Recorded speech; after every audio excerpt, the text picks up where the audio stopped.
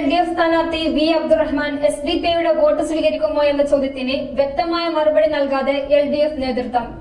ആര് വോട്ട് ചെയ്താലും ആ വോട്ടുകളെല്ലാം സ്വീകരിക്കുമെന്ന് നേതാക്കൾ പറയുന്നു.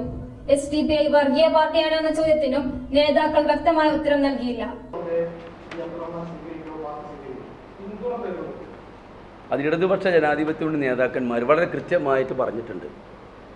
ഇടതുപക്ഷ ജനാധിപത്യ മുന്നണിയുടെ സംസ്ഥാന നേതാക്കന്മാർ പറഞ്ഞതിലപ്പുറമൊന്നും തിരൂരിൽ ഞങ്ങൾക്കും പറയാനില്ല. പിന്നെ അബ്ദുറഹ്മാൻ എന്ന് പറയുന്ന സ്ഥാനാർത്ഥി, ആ സ്ഥാനാർത്ഥിക്ക് നിഷ്പക്ഷരായ ആളുകൾ ധാരാളം പേര് വോട്ട് ചെയ്യും. ആ വോട്ടുകളൊക്കെ അദ്ദേഹത്തിന് ലഭിക്കുകയും ചെയ്യും, അദ്ദേഹം വിജയിക്കുകയും ചെയ്യും. മറ്റുള്ള പ്രചരണങ്ങളൊക്കെ അബ്ദുറഹ്മാൻ എന്ന സ്ഥാനാർത്ഥിക്കുള്ളായ പോപ്പുലാരിറ്റിയെ വില കുറിച്ച് കാണിക്കാൻ വേണ്ടി മാത്രമുള്ളതാണ്. അതിനൊന്നും മറുപടി പറയുന്നില്ല. ഇടതുപക്ഷ ജനാധിപത്യ മുന്നണി സ്ഥാനാർത്ഥിയായിട്ട് മത്സരിക്കുന്ന സ്ഥാനാർത്ഥിക്ക് ആരൊക്കെ വോട്ട് ചെയ്യും, ആ വോട്ടൊക്കെ സ്വീകരിക്കൂലേ?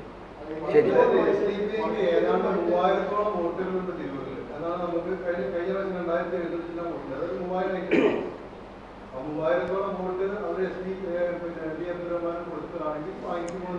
ഇടതുപക്ഷ ജനാധിപത്യ മുന്നണി സ്ഥാനാർത്ഥിക്ക് ആരൊക്കെ വോട്ട് ചെയ്യും അതെല്ലാം സ്വീകരിക്കില്ലേ?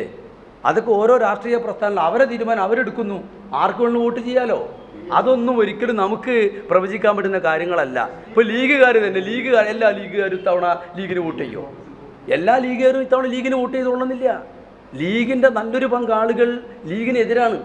വികസന മുരടിപ്പ്, MLA-യുടെ ഇത്തരം വികസന വിരുദ്ധ കാഴ്ചപ്പാട്, ഇതിനൊക്കെ എതിർക്കുന്ന ധാരാളം ലീഗുകാരില്ലേ? അവർ വോട്ട് ചെയ്യില്ലേ? അപ്പോൾ അതൊന്നും ഇവിടെ നമ്മൾ പരാമർശിച്ച് പോകേണ്ട വിഷയങ്ങളല്ല. ആളുകൾ വോട്ട് ചെയ്യട്ടെ, പിന്നെ സ്ഥാനാർത്ഥി വിജയിക്കട്ടെ. അതൊക്കെ ഞാൻ പറഞ്ഞല്ലോ, അതൊക്കെ ഇടതുപക്ഷ ജനാധിപത്യ മുന്നണിയിലെ സംസ്ഥാന നേതാക്കന്മാർ പ്രഖ്യാപിക്കേണ്ട കാര്യങ്ങളാണ്. അത് നമ്മളിവിടെ തിരൂരിൽ മാത്രം ചർച്ച ചെയ്യേണ്ടതോ തീരുമാനിക്കേണ്ടതോ ആയ കാര്യങ്ങളല്ല.